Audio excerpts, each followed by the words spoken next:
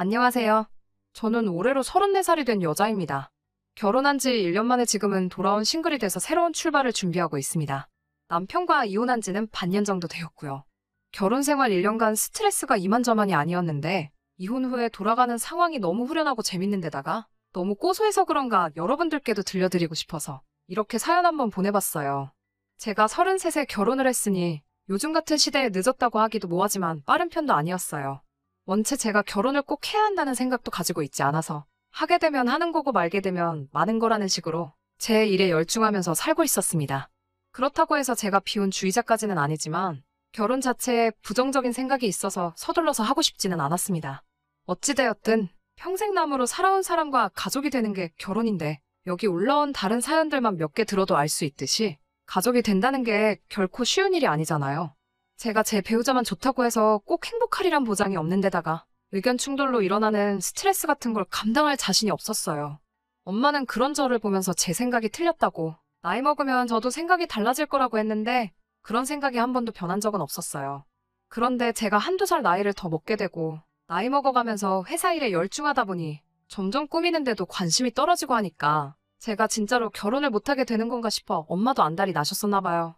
어느 날엔가 저한테 아는 사람을 통해서 선자리 비슷한 걸 만들어놨다고 하시며 워낙에 간곡하게 부탁하시길래 한번 져주는 척하면서 그 자리를 나가게 되었어요. 그때 만난 사람이 저의 전 남편이었죠. 저도 제가 그렇게 결혼하게 될 거라고는 상상도 못했어요.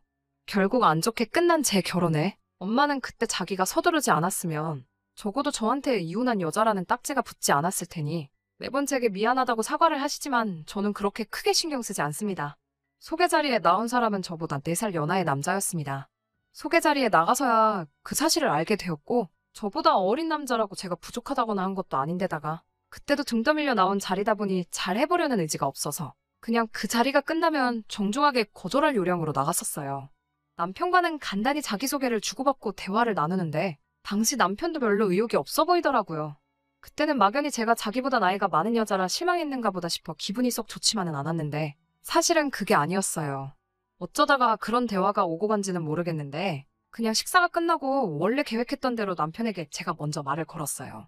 저는 사실 별 생각 없이 나온 자리고 처음부터 거절할 생각으로 나왔다는 이야기를 꺼냈는데 남편도 저와 같은 생각이더라고요. 사실 자기도 결혼 생각은 딱히 없는 사람이고 남편의 부모님이 통사정을 하는 바람에 등 떠밀려 나온 자리라고 말을 하더라고요. 홀어머니의 외동이라서 자꾸 자기의 결혼을 서두르신다며 부담스럽다는 이야기를 꺼내면서 자기는 결혼을 서두르고 싶지 않다는 의사를 확실하게 밝혀왔어요. 어쩌다 보니 서로의 결혼관에 대해서 이야기가 오고 가게 되었는데 저랑 생각도 비슷하고 말도 잘 통해서 식사가 끝나고 근처 카페로 가서 마주 앉아 이런저런 이야기를 나누게 되었습니다. 오히려 식사 자리에서보다 훨씬 많은 대화를 주고받았는데 말도 잘 통하고 생각까지 비슷하니 오히려 선자리에서보다 카페에서 둘이 보낸 시간이 더 선자리처럼 느껴지더라고요. 언젠가부터 자연스럽게 연락을 주고받는 사이가 됐고 회사도 서로 가까운 곳에 있어서 자주 만나게 되었고 자연스럽게 만난 지 6개월이 안 돼서 둘 사이에는 결혼 이야기가 오고 가기 시작했습니다. 저와 비슷한 결혼관을 가지고 있었기에 눈치 보듯이 의무적으로 양가에 효도를 하는 건 싫다던지 결혼을 하게 되면 양가에 얽매이지 않고 둘이서 알콩달콩이 잘 살았으면 좋겠다는 이야기가 오고 가니 이 남자라면 결혼을 해도 되겠다는 생각이 들었어요. 결혼 준비를 하던 과정에서 시어머니 쪽에서 한두 가지씩 불만을 이야기하기 시작했어요. 저는 제 결혼을 진정으로 축하해줄 수 있는 사람만 불러 소규모의 결혼식을 생각하고 있었는데 시어머니 쪽에서 여태 축의금으로 나간 돈이 얼마인 줄 아시냐며 그걸 다 회수하려면 무조건 크게 해야 한다고 성하시더군요. 막상 결혼식에는 그렇게 많은 사람들이 오지 않아서 식사비로 헛돈이 나가기는 했지만 그 정도는 결혼 후 있던 일에 세 발의 피도 되지 않았습니다. 신혼집을 마련할 때도 크고 작은 소동이 있었어요. 결혼 자금으로 쓰려고 모은 돈은 아니지만 아무튼 남편이 준비한 돈보다 제가 준비한 돈이 더 많았어요. 당연히 제가 남편보다 회사 생활도 일찍 시작했고 나이도 더 많았기 때문에 모아둔 돈이 차이가 나는 건 당연하다는 생각이었습니다. 어차피 가족이 될 건데 누가 더 내고 누가 덜 내고 그게 뭐가 중요한가 싶었습니다. 남편이 가진 돈은 4,500 정도였고 나머지는 제가 모은 돈과 대출을 섞어서 준비하게 되었어요. 회사가 서로 가까운지라 경기도권이기는 하지만 회사가 있는 곳까지 대중교통이 잘 되어 있는 아파트를 전세로 들어가기로 했습니다.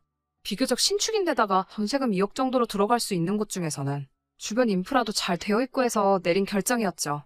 막상 대출을 받으려니 이자 내는 게 아쉬워 남편 쪽에서 좀 더 지원을 받았으면 했지만 남편은 지금 신세지면 괜히 나중에 손 벌릴 수도 있고 그렇게 되면 그때 가서 할 말이 없으니 이 부분은 우리가 감내하는 게 어떻겠냐 하더라고요. 시댁이 형편이 넉넉한 곳은 아니라 노후자금이 확실히 마련되지 않은 상황이란 걸 알았기에 그 말이 이해가 가더라고요.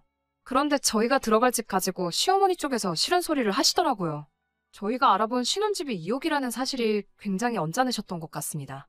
시댁 근처에 전세 6천짜리 연립을 추천하시면서 이 정도만 해도 아무 지장 없이 살 텐데 이제 막 시작하는 신혼부부가 무슨 30평짜리 신축으로 들어가냐며 노발대발 하시더라고요. 예단을 생략한 이유가 이런 사치를 부리려고 그런 거냐며 성하셨습니다.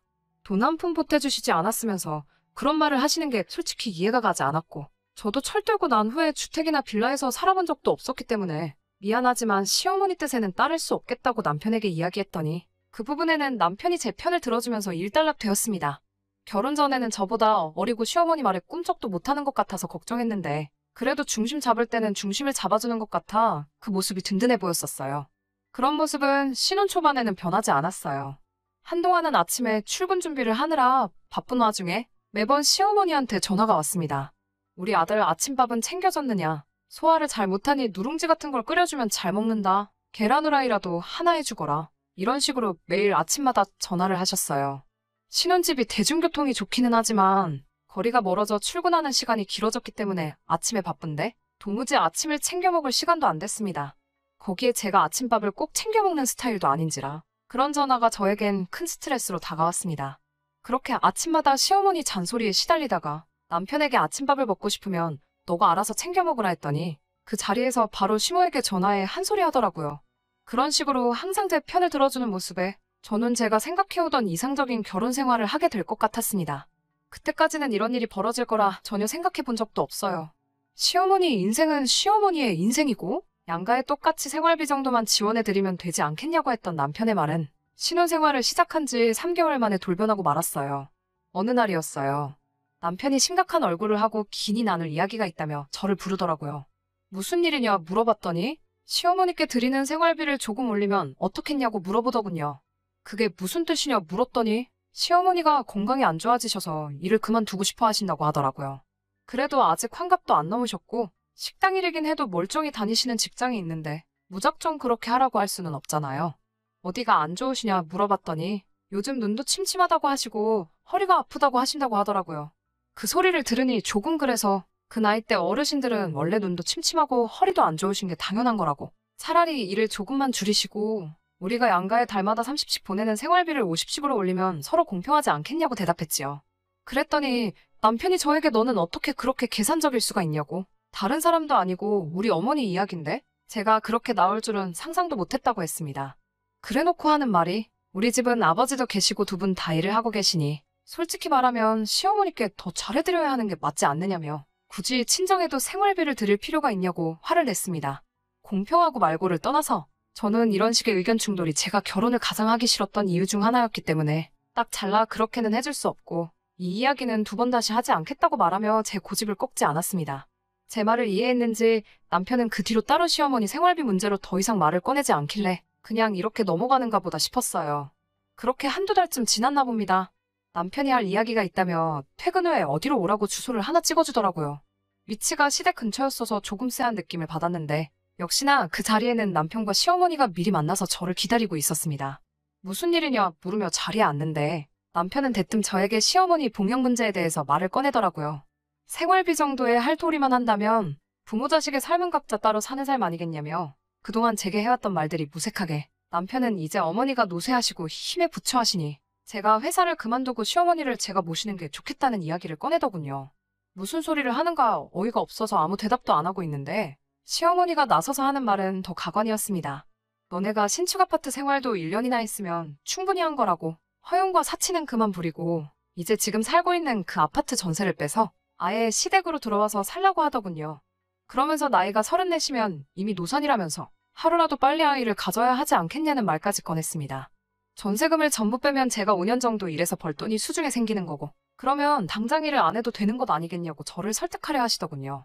집도 작아지니 둘이서 하면 집안일도 금방 끝날 것이고 같이 살다가 아이가 생기면 번갈아 가면서 아이를 보면 되니 저한테도 좋은 조건이 아니냐고 했어요. 아직 아이를 가질 생각도 없다는 사실을 말씀드리니 자기가 애를 봐주겠다는데 그게 무슨 말도 안 되는 소리냐고 대본에 대답하시더군요. 아이를 봐주면 제가 시모에게 달마다 200만 원은 줘야 하는데 집안일을 같이 하는 대신 공짜로 봐주는 거라며 저보고 그렇게 계산적인 애가 이런 계산은 왜 이렇게 하질 못하냐고 궁시렁대시더라고요. 그래도 남편의 어머니이니 최대한 정중하게 거절을 하려고 했는데 듣다 하니까 머릿속에서 뚝 하고 이성의 끈이 끊어지는 소리가 들리는 것 같았어요. 곧바로 시어머니에게 한마디 했죠. 그러면 어머님께서 말씀하신 대로 하겠다고 신혼집 전세도 빼고 아이도 최대한 빨리 만들겠다고요. 단, 저는 회사도 그만두지 않을 거고 시댁으로 들어갈 생각은 추호도 없다고 말했습니다. 남편이 제 말에 반박을 하면서 그러면 애는 누가 보고 그 비용은 어떻게 감당할 거냐며 어머니가 시키는 대로 하자고 말을 했어요. 저는 남편에게 넌 조용히 있어 하며 손에 들고 있던 물컵을 들어 남편 얼굴에 끼얹어버리고 시어머니 보는 앞에서 따박따박 제가 하고 싶은 말을 했습니다. 전세를 빼면 신혼집에 각자 들인 돈만큼 정확하게 나눠 따로 통장 관리를 할 거고 시댁으로 들어가는 게 아니라 친정으로 들어가는 게 맞다고 말했어요. 친정이 우리 두 사람 회사에서도 더 가깝고 집도 훨씬 더 크고 빈방도 많으니까요. 그리고 아이는 친정엄마가 돌보실 테고 저는 회사를 계속 다닐 수 있으니 그게 더 이득이 아니겠냐고. 그리고 그렇게 되면 친정의 생활비까지 포함해서 한 달에 300씩 드릴 거라고 했죠. 시어머니는 얼굴에 물을 맞고 상황 파악을 못하는 남편은 신경도 쓰지 않고 제 말이 끝나자마자 지금 우리 아들을 대릴 사위를 만들려고 하는 거냐며 발악을 하시더군요. 저는 할 이야기 다 끝났으니 그게 싫으면 그냥 이혼할게요. 하고 자리에서 일어났습니다. 나가기 전에 목이 타서 물 한 컵을 더 따라 마시고 나왔는데 제가 컵을 손에 쥐는 순간 시어머니가 그 모습을 보고 움찔하시더라고요. 아마 제가 시어머니한테도 물 한 컵 끼얹으려고 했나 싶으셨나 봐요.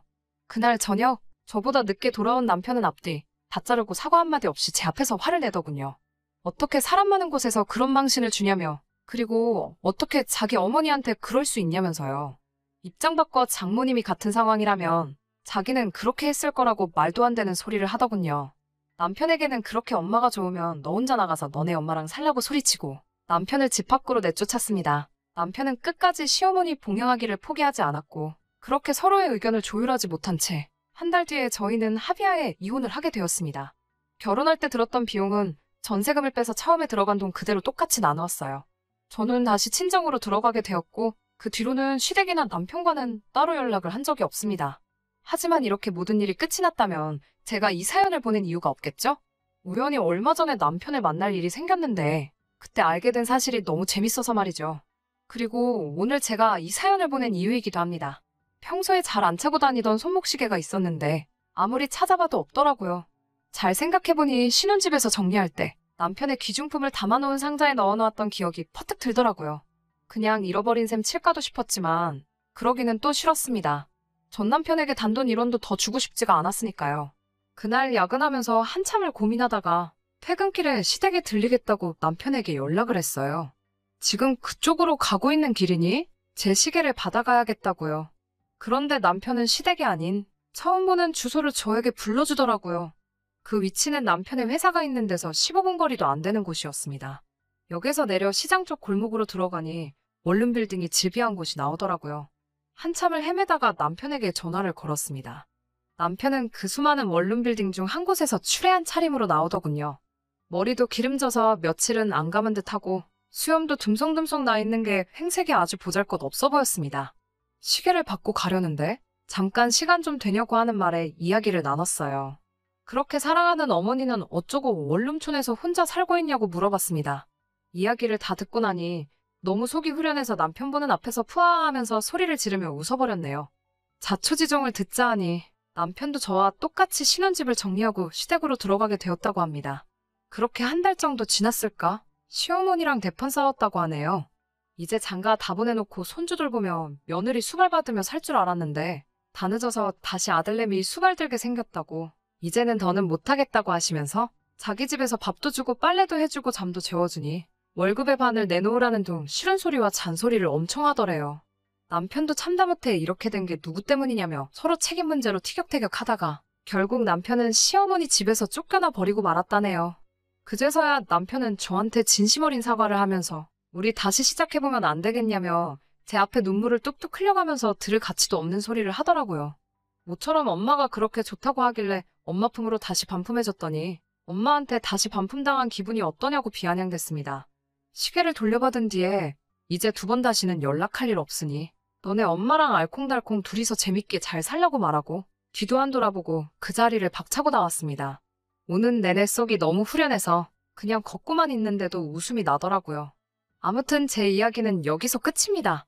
사람이 겉과 속이 다를 수는 있지만 지키기로 한 약속을 어기는 건 안 된다고 생각해요. 이 사연을 들으시는 분들 중에 아직 결혼을 안 하셨거나 아니면 자식이 결혼을 앞두고 계신 분들에게 제 경험을 토대로 조언 하나 해드리고 싶은 게 있습니다. 아무리 좋아도 남의 집 자식이고 사람은 언제 바뀔지 모르는 거니 결혼 후 1년 정도는 혼인신고를 하지 않는 게 어떨까요? 그러지 못한 저는 이따금씩 후회가 드는 부분이기도 하거든요. 긴 이야기였는데 끝까지 제 이야기 들어주신 분들에게도 너무 감사드립니다. 제 이야기 듣고 다들 힘찬 하루 보내시고요.